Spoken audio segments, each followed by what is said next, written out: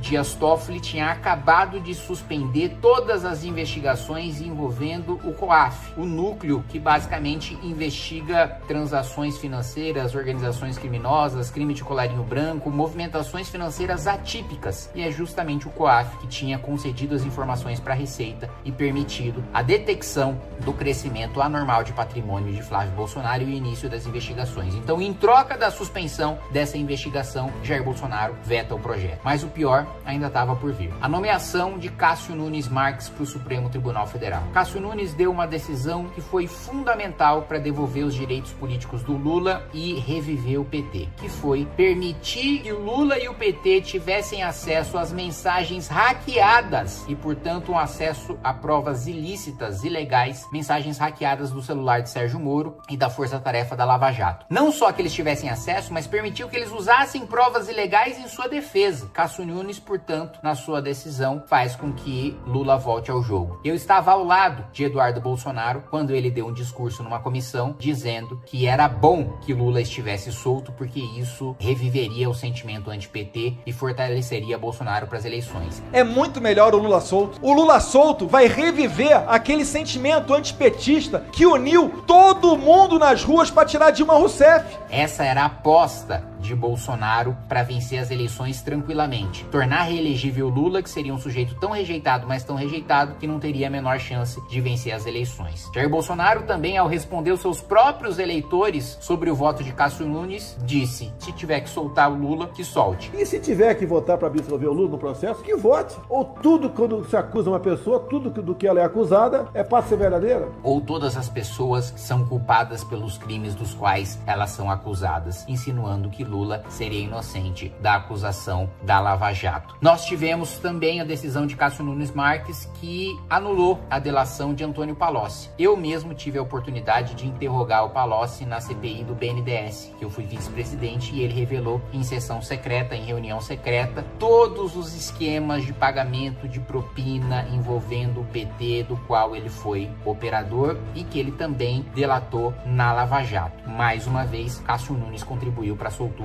de criminosos petistas. Nós tivemos um voto de Cássio Nunes diretamente contra Jair Bolsonaro. Foi votado, um recurso da defesa de Bolsonaro, argumentando a suspeição óbvia e evidente do ministro Alexandre de Moraes, que não poderia julgar Bolsonaro porque já havia expressado publicamente a sua inimizade com Bolsonaro e porque ele próprio se considerava uma vítima do processo. E a vítima, obviamente, não pode julgar o seu processo. Cássio Nunes votou contra a suspeição de Alexandre de Moraes, permitindo que ele julgasse Jair Bolsonaro. Ainda para falar para vocês sobre